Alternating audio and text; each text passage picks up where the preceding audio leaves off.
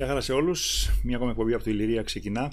Η εκπομπή έχουμε θέμα με τον Νίκο Σαλονίτη. Μια εκπομπή που προβάλλεται κάθε Πέμπτη στις 9:30 το βράδυ περίπου. Σήμερα έχω τη τιμή να φιλοξενώ έναν πολύ αξιόλογο φιλοξενούμενο, έναν γιατρό, ο οποίος την χάνει να είναι και υποψήφιος βουλευτής με την Ελλήνων Συνέλευσης για τον νομό της Θεσσαλονίκης, τον κύριο Παρασκευά Αρσενίου. Κύριε Αρσενίου, καλησπέρα. Μεγάλη τιμή που είστε στην εκπομπή. Η τιμή είναι δική μου, κύριε Σαλονίτη. Ευχαριστώ για την φιλοξενία σας στον υπέροχο σταθμό σας. Είστε ένας γιατρός ο οποίος έχει ασχοληθεί με πάρα πολλά και τελικά μετά από τόσες σπουδές, μετά από τόση εμπειρία, μετά από τόση γνώση που πήρατε, καταλήξατε, κύριε Αρσενίου, ότι τελικά τα πράγματα είναι πολύ πιο απλά από ότι ενδεχομένως η ιατρική τα τελευταία τουλάχιστον 80-100 χρόνια έχει προσπαθήσει να επιβάλλει ως περίπλοκα στην ανθρώπινη υγεία και στην ανθρώπινη ζωή, έτσι δεν είναι? Ακριβώς έτσι είναι, όπως τα λέτε. Λοιπόν, είμαστε σε μια εποχή, σε ένα αιώνα θα έλεγα, όπου η ίαση ισοδυναμεί με τη λήψη φαρμάκου. Έτσι, βέβαιως υπάρχουν και άλλα πολλά, τα οποία είναι... Ας την πούμε θεραπεία, κύριε Σαλονίτη, γιατί η θεραπεία σημαίνει μια υπηρεσία η οποία θα έπρεπε να οδηγεί στην ίαση. Η ίαση προφανώς εννοείται την ολοκληρωτική, έτσι, δηλαδή εξάλληψη της ασθένειας. Ακριβώς, την επαναφορά του οργανισμού σε πλήρη ισορροπία και αρμονία εσωτερική και με το περιβάλλον του, και θα πρέπει να του δώσει κάποια χαρακτηριστικά, δηλαδή αυτή να συνδέεται με την δημιουργική δραστηριότητα του ανθρώπου, μέσα στην δημιουργική νομοτέλεια. Ενώ η θεραπεία, όπως την εννοείται, ακριβώς η διαφορά για να καταλάβει και ο κόσμος. Κοιτάξτε, ο θεράπων ήταν ένας συνοδός του πολεμιστή, ο οποίος του κρατούσε την ασπίδα, το ξύφος, τον περιποιότανε και συμμετείχε μαζί του ακόμη και στη μάχη. Οι θεραπενίδες δε ήταν οι υπηρέτριες των κάποιων βασιλέων, αρχόντων κλπ. Λοιπόν, η θεραπεία σημαίνει υπηρετώ και υπηρετώ τις ανάγκες του οργανισμού στην περίπτωση μας αυτή, και κανονικά, εάν είναι η ορθή θεραπεία, θα πρέπει να οδηγήσει στην ίαση, η οποία σημαίνει την πλήρη επαναφορά στην φυσιολογία του ανθρώπου, στην ισορροπία την εσωτερική και στην αρμονία, σε αυτό που λέμε ομοιόσταση, αλλιώς όπως θέλετε πέστε το υγεία, που δεν είναι τίποτα άλλο παρά μια ομαλή σχέση του ανθρώπου μέσα στο εσωτερικό του περιβάλλον και με το εξωτερικό του περιβάλλον. Πολύ ωραία. Πάμε να πούμε κατευθείαν στο θέμα, λοιπόν, που και η εκπομπή μας, ο τίτλος της είναι συγκεκριμένος και μιλά για τα φάρμακα μεν, αλλά μιλά και για την φαρμακολαγνία, γιατί πραγματικά το ζούμε όλοι μας, εγώ δηλαδή, μέσα από το δικό μου περιβάλλον, βλέπω ανθρώπους κάποιες ηλικίες συνήθως, οι οποίοι όχι απλώς λαμβάνουν μεγάλη ποσότητα φαρμάκων, αλλά όμως το θέλουν κιόλας, τους αρέσει, το θεωρούν ότι είναι ένα κομμάτι της ζωής τους το οποίο τους προστατεύει. Και είμαστε εδώ σήμερα, κύριε Αρσενίου, για να συζητήσουμε λίγο κατά πόσο αληθεύει αυτό, έτσι. Κύριε Σαλονίτη, είναι αλήθεια ότι όλοι χρησιμοποιούν φάρμακα τα οποία ουσιαστικά τι κάνουν? Πιέζουν συμπτώματα. Εμποδίζουν δηλαδή τη φωνή του οργανισμού, των μερών του, των οργάνων του, των ιστών του, όπου ζητάνε βοήθεια. Μία φωνή που ζητάει βοήθεια θα σταματήσει είτε εάν ικανοποιηθεί η ανάγκη της ή αν της φράξει το στόμα. Το δεύτερο το χρησιμοποιείται πολύ πιο συχνά στις ημέρες μας, γιατί δεν στοιχίζει πολύ, δεν χρειάζεται και πολλές γνώσεις. Σήμερα βλέπουμε, κατεβαίνουν σε μια διαδήλωση με μια μερίδα των πολιτών, ας πούμε τους αγρότες, και αντί για να ικανοποιηθούν τα αιτήματά τους και να γυρίζουν στο σπίτι τους ήσυχοι και περιμένοντας τις αρμόδιες ενέργειες της κυβέρνησης, αντιμετωπίζουν τις μονάδες καταστολής εκεί πέρα. Το ίδιο πράγμα γίνεται και με τα φάρμακα. Αυτά τα φάρμακα, ξέρετε, χρησιμοποιούνται, στις δόσεις που χρησιμοποιούνται, απλώς καταστέλουν. Γιατί ουσιαστικά τι κάνουν? Στα έμβια συστήματα, οι πολύ απαλές, οι μεγάλες αραιώσεις, οι ουσίες σε μεγάλη αραίωση ή οι μικρές έντασης ενέργειας δρούν διεγερτικά στο σύστημα. Ενώ όταν είναι ισχυρές οι επιδράσεις ή μεγάλες πυκνότητες, ας πούμε, δρούν κατασταλτικά, δηλητηριάζουν τον οργανισμό, ο οποίος είναι αναγκασμένος, ξέρετε, να προσπαθεί να τις απενεργοποιήσει, να τις αδρανοποιήσει, να τις αποβάλει αν μπορεί, ή αν δεν μπορεί να κάνει όλα αυτά, να τις περιορίσει σε κάποιο μέρος του εαυτού του, και αυτό γίνεται με πολύ κόστος, κύριε Σαλονίτη. Μάλιστα. Μιλάμε για χημικά, έτσι. Μιλάμε για χημικά. Έχω διαβάσει ότι ο εγκέφαλος είναι ικανός να παράγει μεγάλη πληθώρα και ό,τι χρειάζεται ο οργανισμός σε χημεία να δημιουργήσει ο ίδιος ο εγκέφαλος, δηλαδή ο ίδιος ο οργανισμός να παράξει το σηκώτη κτλ. Εδώ όμως, κύριε Αρσενίου, μιλάμε για χημεία η οποία είναι αφύσικη, έτσι. Αφύσικη, ναι, και για την οποία δεν είναι καθόλου προετοιμασμένος ο οργανισμός μας. Σε καμία περίπτωση. Είναι κάτι το οποίο, κοιτάξτε να δείτε, υπήρχαν πάντοτε, η φύση έχει τα πάντα. Θα δείτε, ας πούμε, σε αρχαιολογικά ευρήματα χρώματα τα οποία διατηρούνται εκεί πέρα αιώνες ολόκληρους μέσα σε τάφους και σε κενοτάφια. Τώρα τα γυρίσαμε όλα σε συνθετικά χρώματα, τα οποία είναι ουσιαστικά δηλητήρια. Και όταν ψάχνεις έναν άνθρωπο, ας πούμε, βλέπεις τα συμπτώματα της αρρώστιας να προέρχονται από χρόνια δηλητηρίαση, από διαλύτες που χρησιμοποιούν. Πολύ σοβαρό αυτό που λέτε. Δηλαδή βλέπουμε ότι ακόμα και η θάνατη πια, η διάγνωση του θανάτου δηλαδή, ας πούμε, είναι διαφορετική από την παλιότερα, έτσι. Ναι. Κοιτάξτε, αν πάρετε έναν άνθρωπο που πάει σε έναν γιατρό με χρόνια ενοχλήματα και το ρωτήσετε τι φάρμακα παίρνει και ψάξετε στην βιβλιογραφία, στο διαδίκτυο, τις ανεπιθύμητες ενέργειες, με πιθανότητες 90% θα τις βρείτε εκεί πέρα. Και μόνο να καταφέρετε να απομακρύνετε τα φάρμακα από τη λήψη αυτών των φαρμάκων από τον άνθρωπο, θα δείτε μια βελτίωση σταδιακή, θα φύγουν ένα σωρό συμπτώματα που έχει. Μάλιστα. Ο οργανισμός αμήνεται διαρκώς και καταναλώνει τεράστιους πόρους και δεν του φτάνουν οι πόροι για να τους χρησιμοποιήσει για άλλες δουλειές που είναι πολύ πιο σημαντικές και για τις οποίες ήρθε εδώ πέρα ο άνθρωπος σε αυτόν τον πλανήτη. Δηλαδή στο να μπορέσει να ανατείνει, να γνωρίσει ανώτερες δυνάμεις και δυνατότητες που κατέχει. Ακόμα και αν κάποιος δεν γνωρίζει καθόλου περί όλων αυτών που συζητάμε και περί ιατρικής, δεν νομίζω ότι είναι δύσκολο να σκεφτεί ότι παλιότερα οι άνθρωποι ζούσαν χωρίς φάρμακα. Τώρα ξαφνικά είναι ανάγκη ο άνθρωπος να παίρνει 3, 4, 5 φάρμακα σε καθημερινή βάση. Έτσι, έχουμε πίεση, χολυστερίνη, ξέρω εγώ, χιλιάδιο έτσι. Αυτό από μόνο του είναι ένα πολύ καλό επιχείρημα, νομίζω, για να καταλάβει κάποιος ότι κάτι δεν πάει καλά, κάτι δηλαδή γίνεται λάθος. Έτσι. Κοιτάξτε, σίγουρα όπως το λέτε είναι, κύριε Σαλονίτη, αλλά θα σας πω το εξής. Όπως έχει δημιουργηθεί, έτσι δουλεύει σήμερα η ιατρική, έχουμε μάθει εμείς οι γιατροί να δημιουργούμε φόβο στους ασθενείς μας. Αμφιβολίες, ανησυχίες, να κάνουμε ένα σωρό εξετάσεις, οι οποίες, σας λέω το εξής, ότι δεν ανταποκρίνεται, η πληθώρα των εξετάσεων δεν ανταποκρίνεται στην πραγματικότητα, στις αληθινές ανάγκες του ανθρώπου. Δηλαδή προσπαθούν σήμερα, νομίζουν ότι ο άνθρωπος μπορεί να κάνει οτιδήποτε και να αποφεύγει τις συνέπειες της συμπεριφοράς του. Μπορεί, ας πούμε, να καπνίζει και θα πάρει κάτι, ας πούμε, για να μην κόψει το κάπνισμα. Δεν πειράζει όλους ο καπνός, να ξέρετε.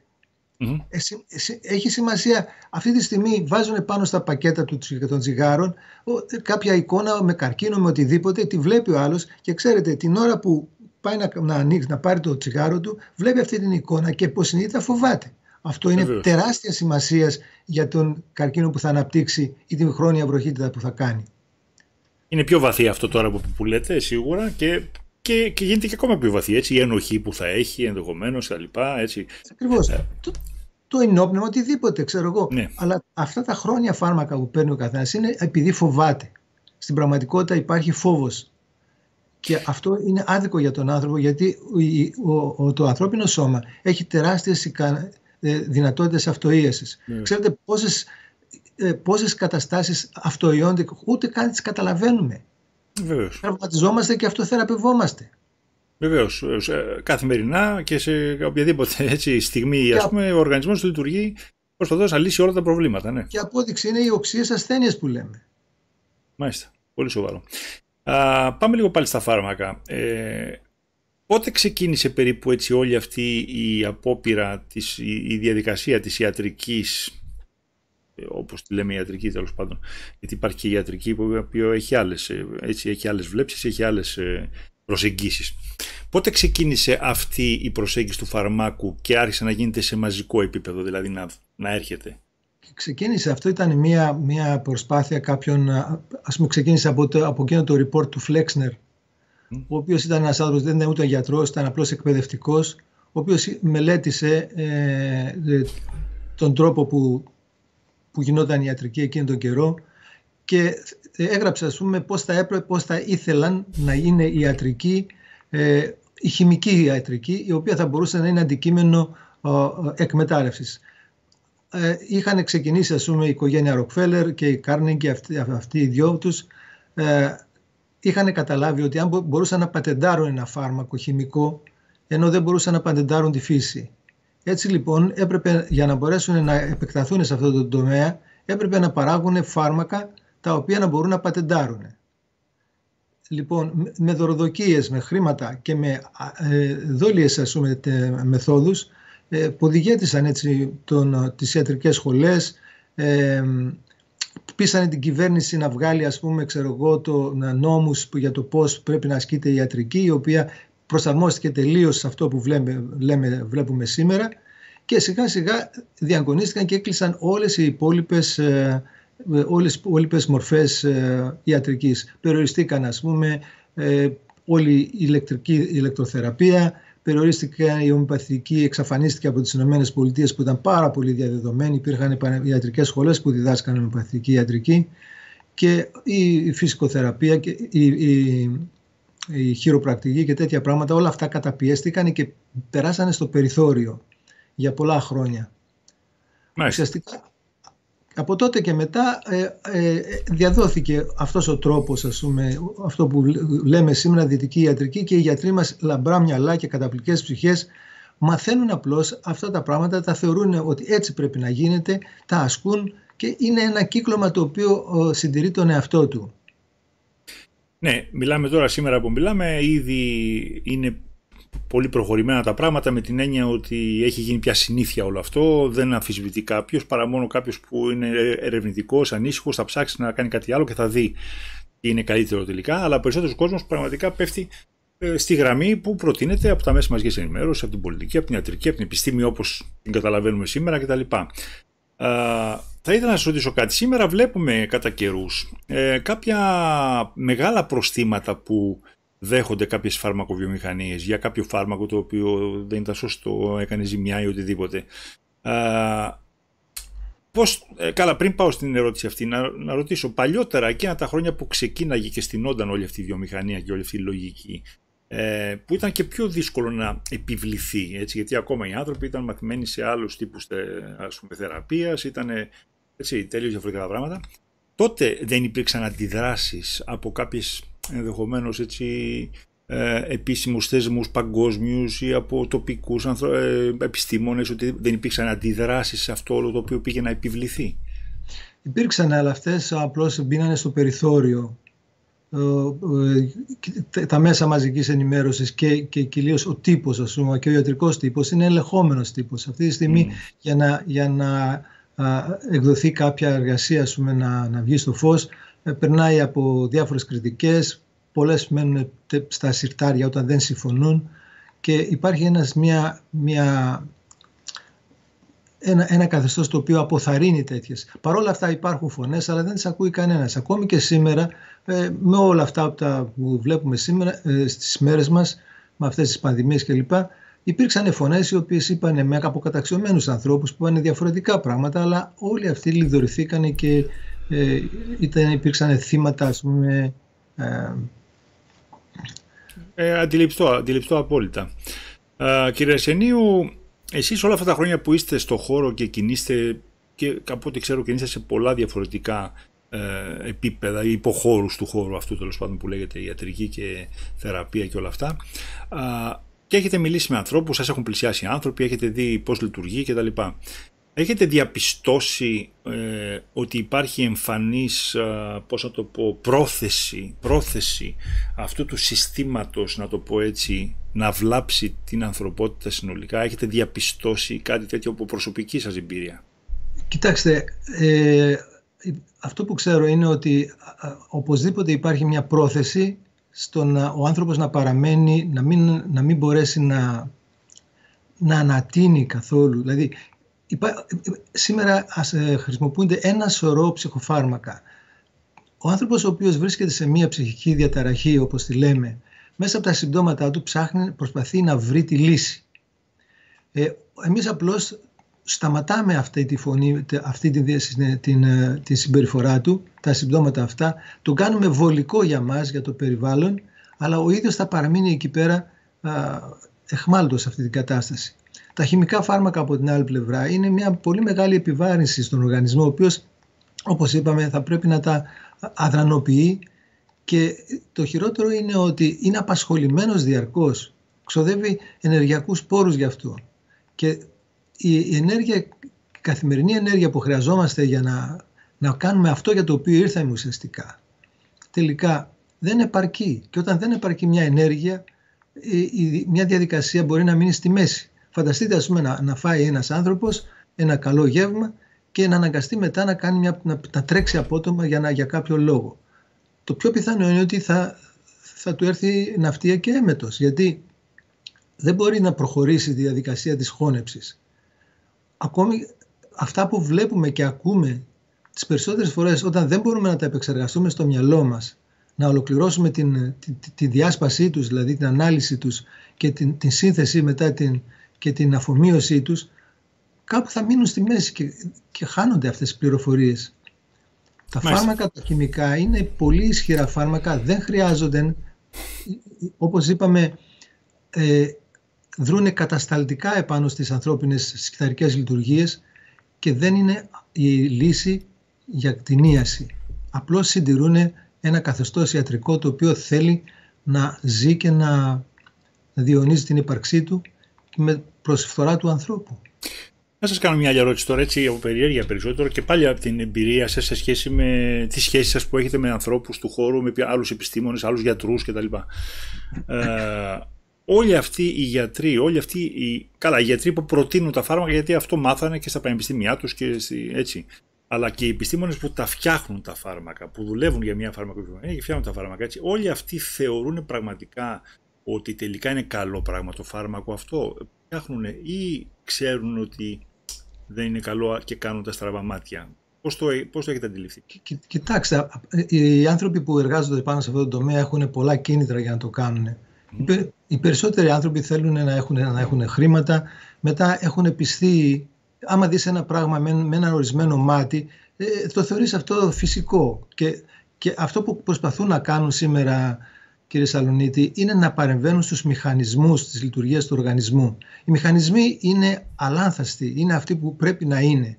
Απλώς υπάρχει πάντοτε ένα αίτιο, το οποίο είναι μια σύγκρουση του ανθρώπου με μια συγκρουσιακή κατάσταση, η οποία κινητοποιεί το σώμα για να πάρει από αυτό, να αντλήσει πλεονεκτήματα για να χειρίζεται την κατάσταση, και ουσιαστικά το να παρεμβαίνεις στους μηχανισμούς, αν δεν παρέμβεις στην αιτία να τη σταματήσεις, δεν είναι πολύ επικίνδυνο πράγμα.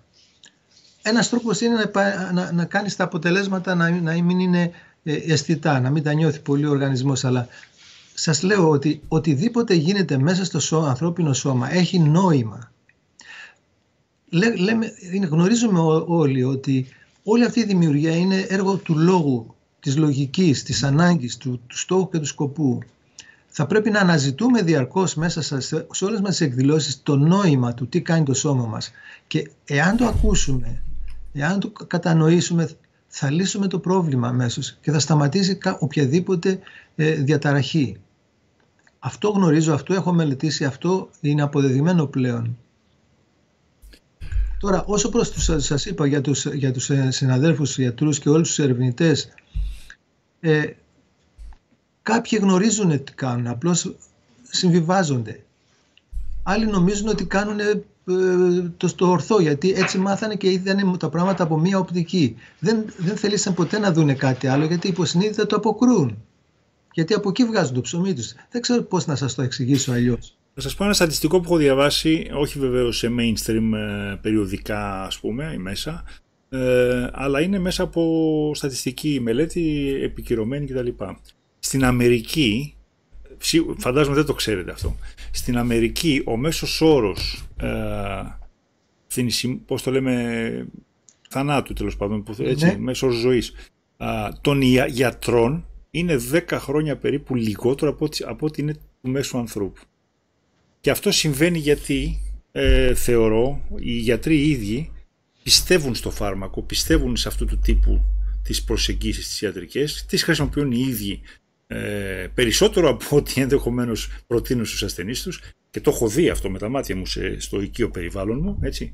Τα φάρμακα, δηλαδή αυτοί που προτείνουν πολλά φάρμακα στους ασθενείς, τα παίρνουν και οι ίδιοι και ακόμα περισσότερα. Και το αποτέλεσμα είναι αυτό που σας λέω. Οι 10 χρόνια πιο νωρίς πεθαίνουν οι γιατροί στην Αμερική. Απίστευτο. Και πολύ νωρίς. Απίστευτο και τραγικό κιόλας. Αλλά αυτό δεν θα έπρεπε να τους οδηγήσει να θεωρήσουν τις ιδέες τους, να δουν μήπως υπάρχει κάτι διαφορετικό.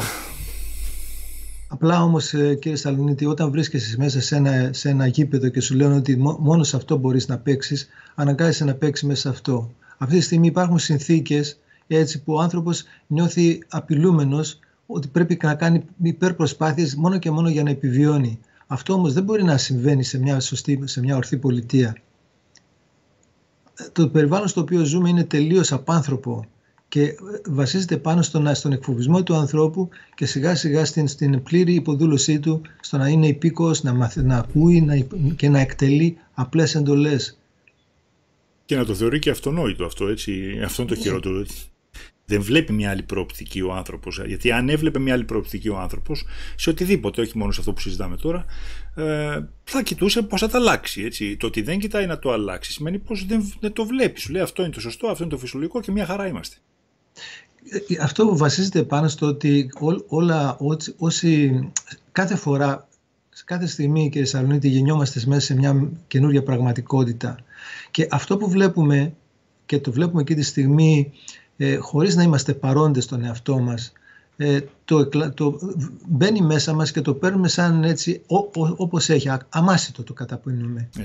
Αυτό γίνεται κυρίως στην παιδική ηλικία, που η κριτική ικανότητα δεν υπάρχει, δεν έχει κριτήρια το παιδί ακόμη για να ζυγίζει, αλλά συμβαίνει και σε κάθε ηλικία. Μόνο όταν ο άνθρωπος είναι συνειδητός, παρόν στον εαυτό του, δηλαδή ζει το παρόν του και θέλει πραγματικά να κατανοήσει την αιτία των πραγμάτων, να αναρωτηθεί αυτό που βλέπω, τι νόημα έχει, μπορούσε να είναι αλλιώς. Μόνο τότε έχει την ελπίδα για να σταθεί και να αμφισβητήσει όλο αυτό που βλέπει. Είναι μια πλάνη αυτό που ζούμε, ένας ψεύτικος χρόνος.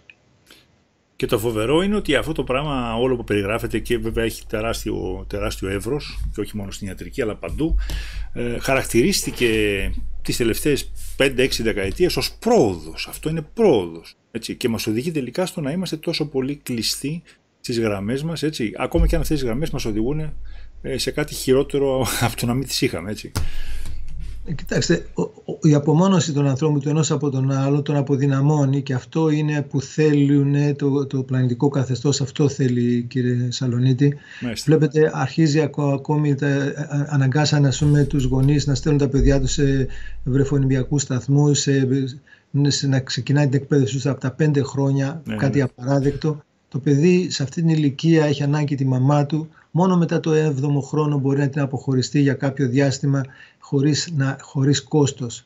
Έτσι λοιπόν εκεί ξεκόβει από την οικογένεια, νιώθει αβοήθητο, νιώθει ότι πρέπει να αυτενεργεί, να αυτοπροστατεύεται κλπ. Και ετοιμάζεται ο πολίτης, ας πούμε, ο οποίος θα είναι ο ξένος ο ένας προς τον άλλον, χωρίς βαθύς δεσμούς, και οι δεσμοί θα είναι μέσα από το κράτος, ας πούμε, από την κυβέρνηση. Δηλαδή αυτό το πράγμα όμως δεν ωφελεί τον άνθρωπο. Ο άνθρωπος θέλει την οικογένειά του. Πρέπει να νιώσει τους ισχυρούς δεσμούς, τι σημαίνει όλον, σύνολο, για το οποίο θα πρέπει να βλέπει, ας πούμε, τον εαυτό του σαν μια ατομικότητα μέσα σε αυτή τη συλλογικότητα. Μέσα στην κοινωνία. Είμαι ίσος με όλους τους άλλους. Έχω τα ίδια συμφέροντα, τις ίδιες ανάγκες και τον ίδιο προορισμό και στόχο. Αυτονόητα πράγματα για έναν άνθρωπο, ανθρώπινα πράγματα, τα οποία προφανώς ένας ιατρός μάλλον παλιάς κοπής, δηλαδή πριν από όλα αυτά, θα θεωρεί αυτονόητα κτλ. Όμως σήμερα οι επιστήμονες, οι γιατροί, όλοι οι επιστήμονες εκπαιδεύονται μέσα από τα πανεπιστήμια μαθαίνουν κάτι σαν σωστό, τους λέει το παιδί πρέπει να πάει από μικρό εκεί, να πάρει αυτές τις ουσίες, να κάνει αυτό, να φάει αυτό. Οπότε αυτό διδάσκουν κιόλας, έτσι. Αυτό ζούμε, αυτό συμβαίνει. Ναι, λίγο πολύ όταν επιθυμείς κάτι, τα κριτήριά σου μετά γίνονται πολύ πιο απλά. Δηλαδή όταν πρέπει να επιβιώσεις, όταν πρέπει να σε επενέσουν, να σου πούνε ναι μπράβο, έκανες πολύ σπουδαία δουλειά σε κάτι το οποίο ουσιαστικά δεν είναι αληθές, δεν είναι για τον άνθρωπο. Ετούτοις υποκύπτει ο άνθρωπος σε αυτό το πράγμα, δηλαδή κατεβάζει πάρα πολύ τον πύχη. Μάλιστα. Για να απολαύσει αυτή τη συνένεση και την αποδοχή από μια μορφή η οποία είναι τη θεωρεί κάτι παραπάνω από τον εαυτό του. Ξέρετε κύριε Σαλονίδη, τα παιδί από τη μητέρα του παίρνει τα πάντα. Από την πατρική μορφή, τη μορφή της εξουσίας όμως παίρνει ένα πράγμα το οποίο δεν μπορεί να του δώσει κανένας και τίποτα άλλο. Είναι η αξία. Είναι αυτό που είναι η αξία του. Την αξία μπορεί να του δώσει μόνο μια μορφή εξουσίας και η ανώτερη μέσα στην συνείδηση του παιδιού είναι ο πατέρας. Έτσι λοιπόν, εάν μια μορφή εξουσίας, καθηγητής ή οποιοσδήποτε πει κάτι στον μαθητή του, αυτός το παίρνει. Άμα τον επενέσει για κάτι που κάνει, έστω και αν αυτό δεν είναι ηθικό, δεν είναι ορθό, θα νιώσει υπερήφανος και θα το υποστηρίξει αυτό το πράγμα. Αυτό είναι μέσα στη φυσιολογία του ανθρώπου, αλλά το μεταχειρίζεται το καθεστώς ενάντια στον άνθρωπο. Να συζητήσουμε κάτι ακόμα, το οποίο έχει να κάνει και με την πολιτική, όπως τη λέμε τώρα δηλαδή. Το προσδόκιμο ζωής που ακούμε από τους πολιτικούς ότι έχει ανέβει.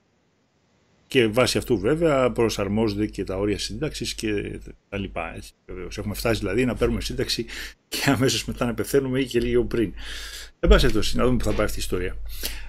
Το προσδόκιμο ζωής λοιπόν μας λένε ότι έχει ανέβει και ότι οι παλιοί πεθαίναν πιο νωρίς ενώ τώρα πεθαίνουμε πιο αργά. Κάτι το οποίο δεν υπάρχει στατιστικό, επειδή τα έχω ψάξει λίγο αυτά, θα μου πείτε τη γνώμη σας και τι ξέρετε γι' αυτό.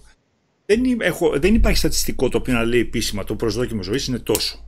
Έτσι. Ή εν πάση περιπτώσει υπάρχει, αλλά άμα δεις τα επιμέρους στατιστικά τα οποία είναι πολύ πιο συγκεκριμένα, δεν προκύπτει αυτό. Είναι σαν να είναι δηλαδή, σαν να έχετε ξεκάρφωτο. Τελικά σου λέει ότι έχει πάει στα 72 ή στα 78, δεν ξέρω, ούτε ξέρω πώς το λένε, αλλά δεν προκύπτει αυτό από τα επιμέρους στατιστικά.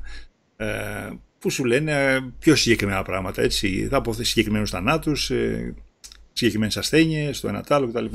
Δεν προκύπτει. Και δεν το βλέπουμε και εμπειρικά αυτό. Έτσι. Δηλαδή, μια βόλτα στο νεκροταφείο καταλαβαίνεις ότι δεν έχει καμία σχέση με την πραγματικότητα αυτό το προσδόκιμο που λένε και το όριο. Έτσι. Τι γίνεται με αυτήν την ιστορία, έχετε κάποια άποψη, κυρία Αρσενίου? Κύριε Σαλονίτη,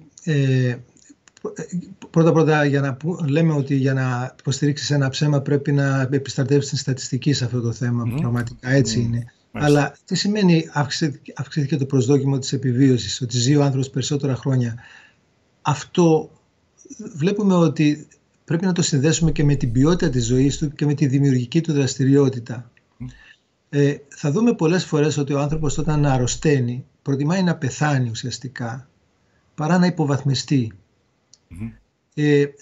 Δυστυχώς πολλές φορές, περισσότερες φορές αποφασίζουμε να ζήσουμε υποβαθμισμένοι ενεργειακά και αυτό φαίνεται σε έναν ο οποίος μπορεί να δει αυτό το πράγμα, φαίνεται στον άνθρωπο ότι αυτός είναι υποβαθμισμένος και δεν περιμένεις κάτι σημαντικό, κάτι ανώτερο από αυτόν για να προκύψει. Δεν έχει δύναμη μέσα του, δεν έχει ζωτικότητα η οποία απαιτείται για να συλλάβει ιδέες και να ανέβει λίγο παραπάνω από αυτό που είναι. Υπάρχει η λεγόμενη εξέλιξη και η ανέλυξη, κύριε Σαλονίτη. Η εξέλιξη γίνεται στο οριζόντιο επίπεδο, η ανέλυξη στο κατακόρυφο. Εκεί που πρέπει να ανέβει ο άνθρωπος για να ολοκληρώσει την ανάπτυξή του. Στο σώμα μας αναπτύσσεται μέχρι να γίνει ακμαίο. Αυτό που είμαστε δεν αναπτύσσεται. Βεβαίως. Δεν θα μοιάσει με αυτό από το οποίο προήλθε, από τον γεννήτορά του, από την υπέρτατη αρχή. Αυτό λέει η λογική. Έτσι λοιπόν, τι νόημα έχει ένας άνθρωπος ο οποίος σέρνεται, ο οποίος δεν μπορεί να σκεφτεί κανονικά, δεν μπορεί να δράσει, ο οποίος το μόνο που κοιτάει είναι πώς θα επιβιώσει, πώς θα περάσει την άλλη μέρα. Μάλιστα. Υπάρχει ποιότητα.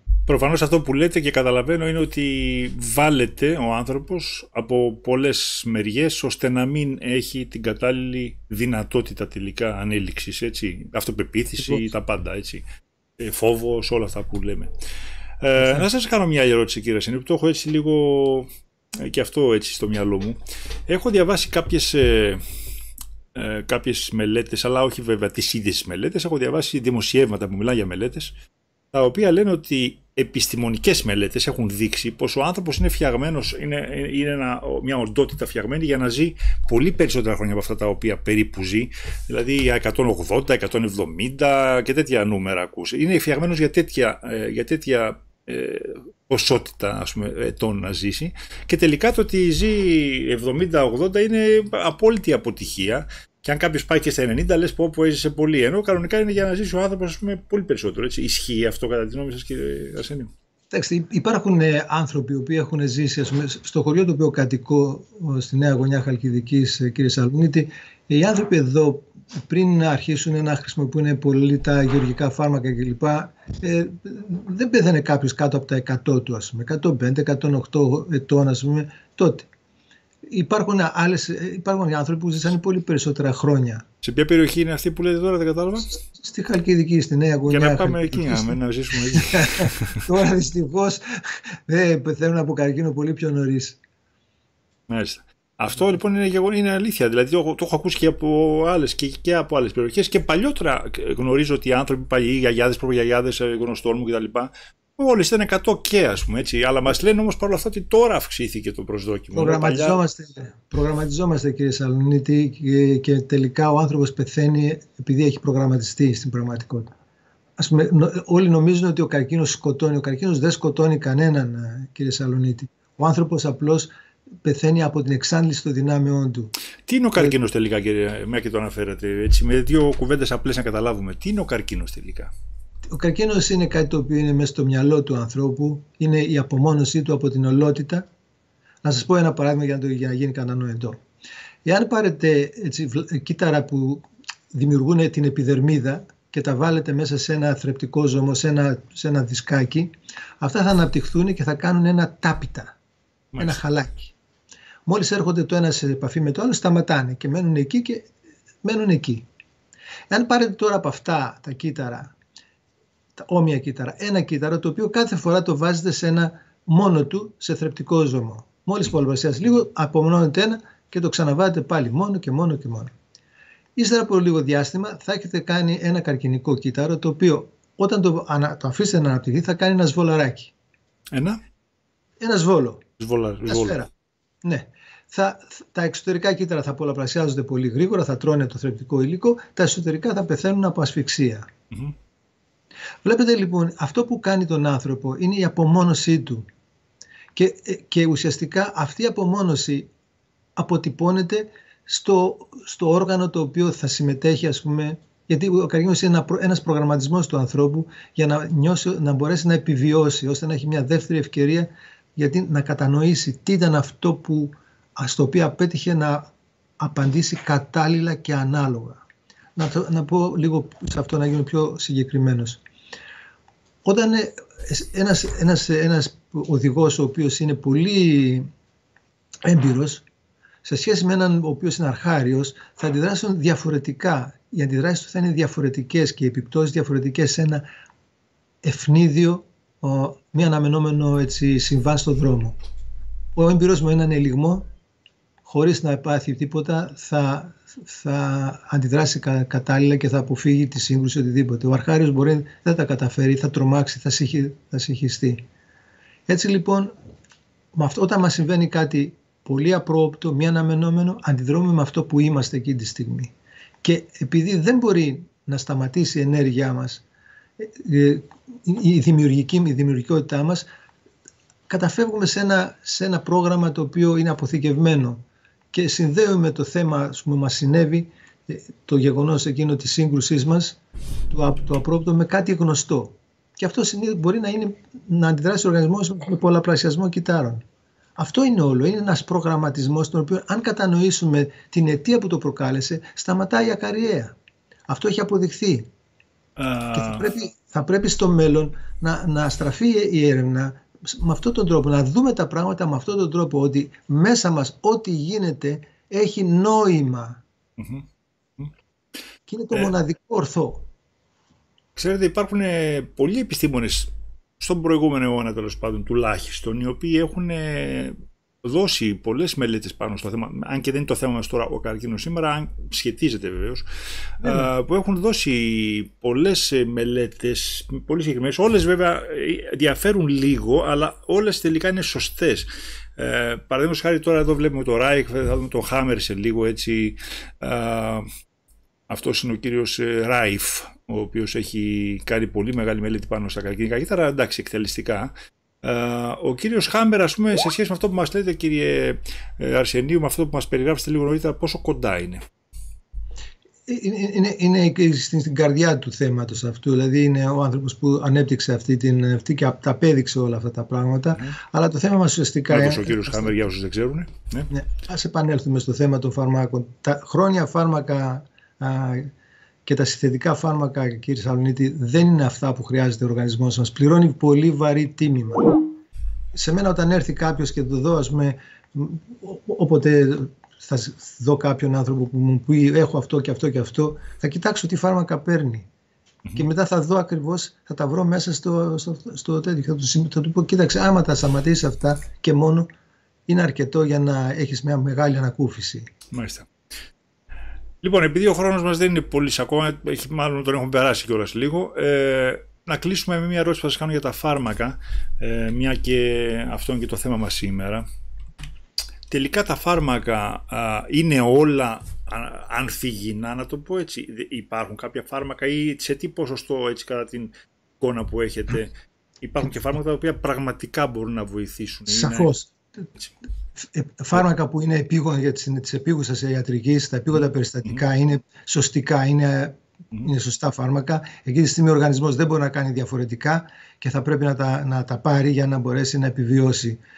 Το πιο σημαντικό φάρμακο στα νοσοκομεία, στα επίγοντα, είναι ο φυσιολογικός ορός, κύριε Σαλονίτη. Χωρίς αυτόν δεν θα μπορούσαν να κάνουν απολύτως τίποτα. Επίσης, ξέρω εγώ, συσκευάσματα τα οποία ισορροπούν την οξυβασική ισορροπία, που διευκολύνουν την αναπνοή εκείνη τη στιγμή, με οποιοδήποτε αυτό, θα χρησιμοποιηθούν για λίγο διάστημα μέχρι να σωθεί ο οργανισμός και να αναλάβει μετά ο ίδιος την αποθεραπεία του, βοηθούμενος πάντα από πράγματα με τα οποία του είναι φιλικά, με τα οποία έχει μεγαλώσει, έχει συνδημιουργηθεί, τα έχει δημιουργήσει η φύση για να τον βοηθούν. Από τα αποφυτά, η τροφή του η κατάλληλη, η άσκησή του, η ψυχική του, ας πούμε, ανάταση, όλα αυτά, η εμπιστοσύνη στον εαυτό του και κυρίως το περιβάλλον του γύρω, γιατί ο άνθρωπος θέλει ενθάρρυνση. Θέλει ενθάρρυνση, γιατί ένα μέρος της θεραπείας είναι αυτό και μόνο αυτό που λέμε placebo effect. Δηλαδή το αποτέλεσμα του placebo, το οποίο είναι η διέγερση της δύναμης που έχουμε μέσα μας για αυτοθεραπεία. Για όσους δεν ξέρουν, το πλασίμπο είναι ουσιαστικά το φάρμακο το οποίο δεν είναι φάρμακο, απλώς η ιδέα ότι παίρνεις ένα φάρμακο, έτσι. Ναι, είναι εικονικό φάρμακο. Εικονικό. Να αλλάξω λίγο την ερώτηση την προηγούμενη για να πάρω και την απάντηση που θέλω. Μας είπατε λοιπόν ότι είναι για επεμβατικές και για επίγουσες καταστάσεις, τα φάρμακα κάνουν θαύματα πραγματικά κτλ. Εδώ όμως τώρα μιλάμε για ανθρώπους οι οποίοι παίρνουν φάρμακα από πολύ νωρίτερα, πολύ πριν έχουν μια οξία κατάσταση και την παίρνουν φόρου ζωής. Έτσι, αυτό είναι κάτι άλλο προφανώς. Η ερώτηση λοιπόν που ουσιαστικά ήθελα να κάνω πιο σωστά είναι ότι αν από τα φάρμακα αυτά που παίρνει κάποιος για χρόνια, έτσι, προληπτικά αν θέλετε να το πούμε έτσι, υπάρχει κάποιο ή κάποια τα οποία να είναι πραγματικά να κάνουν καλό στον άνθρωπο? Κοιτάξτε, αν χρειαστεί, ας πούμε, να πάρει κάποιος, ας πάρουμε την περίπτωση του διαβήτη, έτσι. Αυτό θα ήταν να πάρει την ινσουλίνη του, αλλά και αυτή έχει τις παρενέργειές της. Το θέμα είναι, μπορούμε να δούμε πώς μπορούμε να επαναφέρουμε τη λειτουργία στα νησίδια του παγκρέατος.